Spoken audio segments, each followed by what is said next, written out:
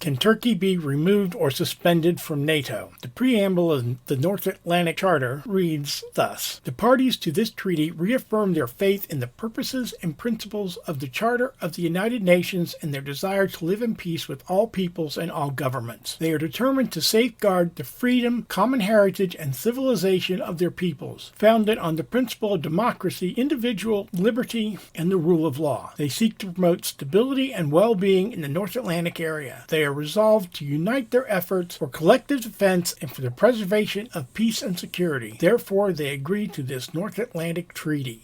It could be argued that Turkey has an autocratic government masquerading as a republic and therefore does not qualify as a liberal democracy that respects the individual liberties of its citizens. Some have said the North Atlantic Council should take action to suspend Turkey from NATO so that the inclusion of Finland and Sweden can be brought forward over Turkey's objections. However, there is nothing in the NATO Charter that allows a member to be expelled or suspended. Some quarters have suggested that the Vienna Convention on the Law of Treaties, Article 60 makes it possible for a member to be found not in compliance and suspended. The only problem with this line of thinking is the people who put this idea forward did not continue to read on through the convention. Had they continued just a little bit further, they would have found Article 65, which is procedure to be followed with respect to invalidity, termination, withdrawal from, or suspension of the operations of a treaty. Part 3 of Article 65 states, if, however, objection has been raised by any other party, the parties shall seek a resolution through the means indicated in Article 33 of the Charter of the United Nations. Article 33, which is in Chapter 6 of the UN Charter, is the Pacific Settlements of Disputes. The article states, the parties to any dispute, the continuance of which is likely to endanger the maintenance of international peace and security shall, first of all, seek a solution by negotiation, inquiry, mediation, conciliation, arbitration, judicial settlement, resort to regional agencies or arrangements, or other peaceful means of their own choice. The second part of the article states, the Security Council, when it deems necessary, call upon the parties to settle their dispute by such means. With Russia holding veto power in the Security Council, they would veto any resolution put forth that conflicts with their own self-interest. So following the procedures that all parties of NATO had agreed to, there is, in actuality, no method that can be successfully used to get around the Turkish government's objections to letting Sweden join NATO. Some would argue that Turkey is in material breach of being a liberal democracy because of the actions they've taken against the PKK and other Kurdish parties and individuals, but democracy is different in every country. They aren't the only NATO member who have banned a political party because they felt they were a danger to society. It's not as simple as some people would like to see, and this debate is going to carry on for a while.